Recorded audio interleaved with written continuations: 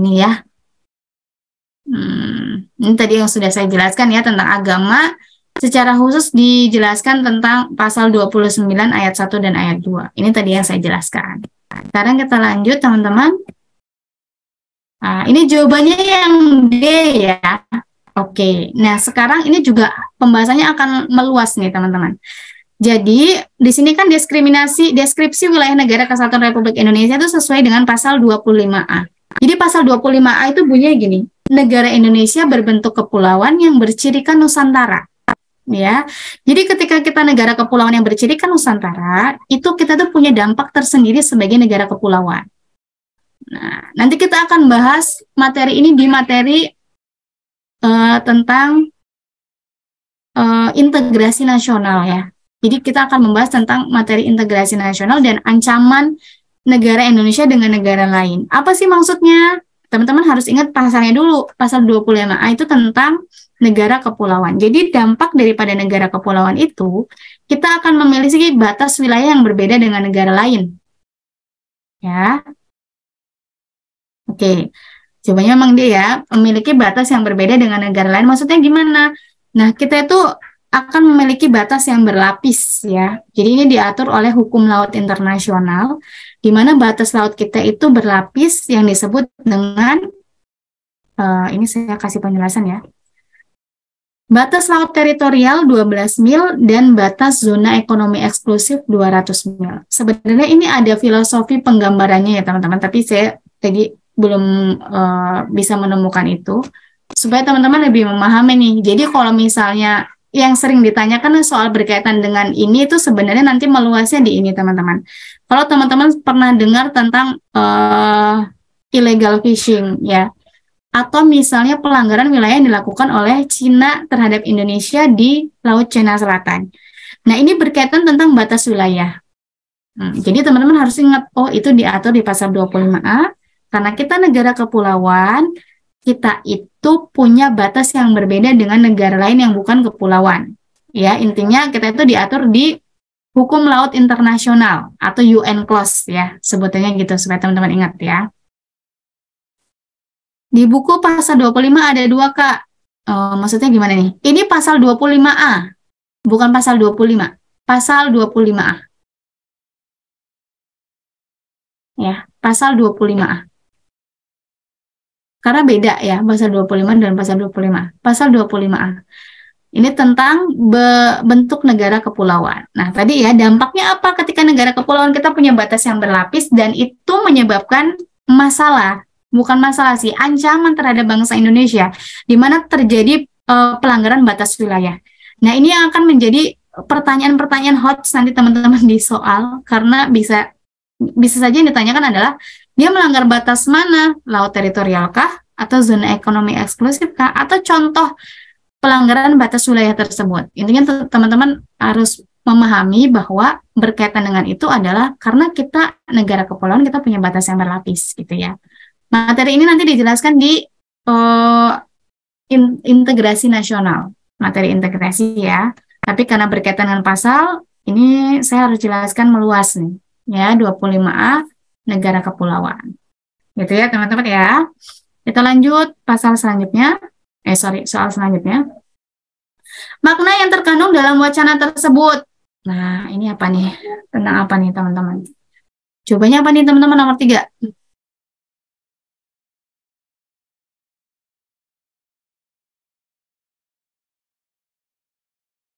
Setiap orang berhak mendapatkan informasi dan pengetahuan. Ya, setiap orang berhak mendapatkan informasi dan pengetahuan. Oke, coba kita cek. Betul ya, jawabannya B ya teman-teman. Nah, kalau kita lihat di sini, coba kita analisis satu-satu. Yang A ini, setiap orang berhak mendapatkan pendidikan, ini pasal 31. Bisa dicek ya, supaya ingat teman-teman tentang pendidikan itu pasal 31.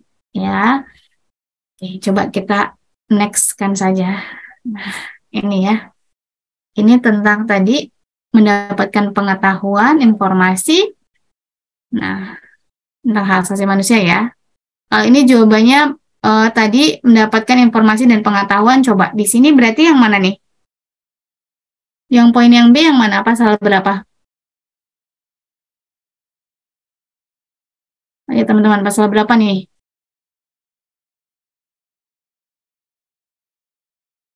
Mendapatkan informasi yang mana nih, teman-teman?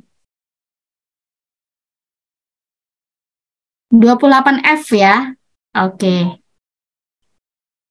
Jadi yang ini 28F, kemudian yang A tadi 31 ya, opsinya ya, supaya teman-teman ingat pasalnya. Oke, nah ini udah banyak yang menganalisis ya. Kita lanjut teman-teman, nah yang ini. Pemerintah menyelenggarakan program pembinaan bagi anak jalanan, remaja putus sekolah, para pecandu narkoba, salah satunya melalui program pembinaan karakter. Jawabannya mana nih? Yuk, supaya kita cepat. B, sosial. Masa sih sosial? Oke. D, B. Ya, oke. Nah, kita harus analisis nih, teman-teman, jangan sampai terkecoh ya. Jadi sebenarnya kita harus melihat isi atau konten dari pasal 27. Ya, pasal 27 itu paling spesial, teman-teman. Perlu diingat, pasal 27 itu paling spesial karena dia berkaitan tentang hak dan kewajiban warga negara. Ya. Jadi hak dan kewajiban warga negara itu sebelum pasal 27 ini pasal 26. Pasal 26 itu mengatur tentang warga negara dan penduduk. Nah, oke, saya ulang ya. Tadi 25A tentang negara kepulauan, 26 tentang warga negara dan penduduk, sekarang 27-nya tentang hak dan kewajiban warga negara. Nyambung kan? Nah, kalau teman-teman ingat memperhatikan saya kayaknya akan lebih mudah memahami ya.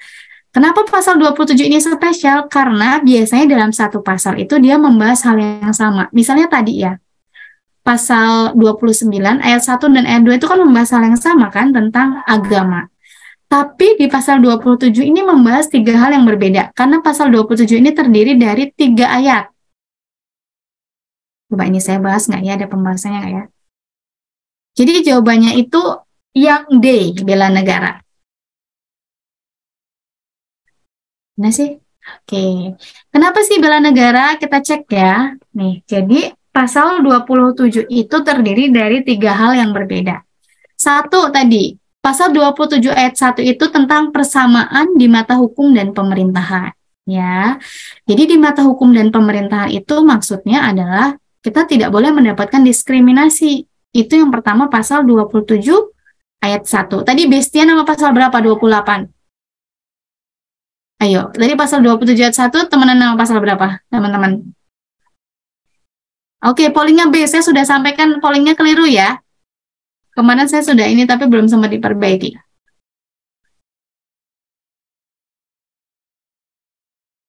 Oke, 28D. Kok 29 ayat 1 nih? Betul ya? Jadi kita memiliki persamaan di mata hukum. Sedangkan pasal 27 ayat 2 ini tentang penghidupan dan pekerjaan yang layak. Jadi nanti kalau misalnya berkaitan tentang pengangguran atau misalnya diskriminasi dalam bekerja, itu berkaitan dengan pasal 27 ayat 2. Karena ini sering kali ditanyakan oleh teman-teman, bagaimana sikap kerja keras kita, itu pasal 27 ayat 2. Ya. Nah, kemudian pasal 27 ayat 3, ini tentang bela negara. Apa hubungannya dengan tadi? Nah, karena yang tadi itu tuh nggak ada kaitannya dengan persamaan di mata hukum. Jadi yang ditanyakan itu bukan tentang ininya loh. Coba kita cek lagi ya. Pertanyaannya itu bukan tentang pembinaan anak jalanan karena anak jalanannya gitu lah. Tapi bagaimana setiap warga negara itu punya hak dan kewajiban yang sama untuk melakukan bela negara dengan cara pembinaan karakter. Jadi program pembinaan karakter itulah yang sebenarnya bela negaranya di situ. Siapapun mereka, gitu ya. Bisa dipahami ya teman-teman ya, karena amanah dari pasal 27 itu hanya 3. 1, persamaan di mata hukum. 2, penghidupan yang layak. Kemudian yang ketiga adalah tentang bela negara. Jadi penghidupan yang layak itu bukan untuk anak jalanan, justru dia penghidupan dan pekerjaan yang layak. Teman-teman bisa cek ya. Nah, jadi ini adalah tentang bela negara sebenarnya, pembinaan karakter ya. Jadi pembinaan karakternya di sini, kecuali yang disampaikan adalah tentang bagaimana pemberian pekerjaan begitu, atau persamaan di mata hukum gitu ya. Jadi itu arahnya ke hukum dan bela negara. Ya, bisa dipahami ya teman-teman? Saya sambil baca nih. Kenapa nggak hukum, Kak? Kan persamaan hukum juga bisa. Iya, tapi konteks dari pertanyaannya ini adalah bukan pemberian hukum. Jadi misalnya kalau ceritanya ini adalah misalnya ada anak jalanan yang kemudian mengalami pelecehan, kemudian dia tidak dapat melaporkan ke polisi karena bla bla bla gitu. Sehingga kasusnya tidak dapat dilanjutkan. Nah, itu berarti dia masuk ke ranah hukum. Atau misalnya begini, beberapa masyarakat ekonomi menengah ke bawah tidak memperoleh pekerjaan yang layak karena dia berada dalam misalnya lingkungan yang dalam kategori penduduknya itu mayoritas menengah ke bawah, sehingga para pekerja ini tidak bisa mendapatkan haknya sesuai dengan Undang-Undang Ketenagakerjaan misalnya gitu. Nah, itu berarti kita masuk kepada tadi pasal 27 ayat 2 tadi. Ya. Jadi kalau hal ini sebenarnya nuansa daripada pasal 27 ini hanya soal hukum bela negara dan tadi persamaan dalam hal pekerjaan begitu. Bukan persamaan dalam hal pekerjaan ya, tapi penghidupan dan pekerjaan yang layak. Oh, oke. Kak, tolong contoh lain di bela negara. Jadi teman-teman, bela negara ini nanti bestian pasal 27 ayat 3 ini temenan sama pasal 30 ayat 1 ya. Pasal 30 ayat 1, pasal 30 ayat 2, sampai pasal 30 ayat 5. Bela negara itu sifatnya paling umum, teman-teman. Jadi berbeda dengan pasal 30 ayat 1. Jadi kalau pasal tentang bela negara ini sifatnya luas sekali. Contohnya apa sih? Contohnya adalah bela negara itu bisa dilakukan dalam 4 hal. Satu adalah pendidikan kewarganegaraan. Jadi belajar pendidikan kewarganegaraan dan karakter itu merupakan bela negara. Ya. Kemudian yang kedua, pelatihan kemiliteran. Yang ketiga, mengabdi sebagai TNI, dan yang keempat adalah mengabdi sesuai dengan profesi kita. Jadi lebih luas dibandingkan pertahanan dan keamanan negara. Kalau teman-teman cek pasal 30 itu tentang pertahanan dan keamanan negara, merupakan bagian kecil daripada bela negara. Itu ya. Jadi kalau bela negara itu lebih luas, tadi ada 4 kategorinya. Tapi kalau pertahanan dan keamanan negara, dia hanya soal pertahanan dan keamanan negara. Jadi hanya soal NKRI gitu. Semoga bisa dipahami ya. Oke, Kak, perbedaan bela negara sama cinta tanah air apa? Nanti ini dibahas materi yang lain ya, karena ini berkaitan dengan konteks apa nih? Nasionalisme, nanti materi nasionalisme. Nanti kalau dijelaskan sekarang bingung lagi ya, kita membahasnya meluas ya. Berarti pembinaan karakter hak bela negara. Iya betul, hak dan kewajiban bela negara ya. Berarti pembinaan. Jadi yang ditanyakan di sini adalah tentang bagaimana pembinaan karakter yang itu merupakan hak dan kewajiban setiap warga negara ya. Oke, kita lanjut dulu ya. Nah, ini sekarang selanjutnya. Undang-Undang Dasar merupakan hukum dasar di amandemen pada tahun 2002. Alasan pokok dilakukan amandemen adalah apa, teman-teman? Terdapat pasal-pasal multitafsir ya. Jawabannya C yang ini. Nah, ini saya jelaskan lagi nih tadi nih. Satu, pasal-pasalnya terlalu luas atau multitafsir. Kemudian kekuasaan presiden begitu besar. Kemudian presiden mengatur hal penting dalam undang-undang. Kemudian rumusan belum cukup didukung dengan ketentuan konstitusi. Jadi belum lengkap ya. Jadi karena belum lengkap, multitafsir dan kekuasaan presiden begitu besar menjadi latar belakang kenapa kemudian penyalahgunaan kekuasaan itu terjadi. Kita next ya. Masih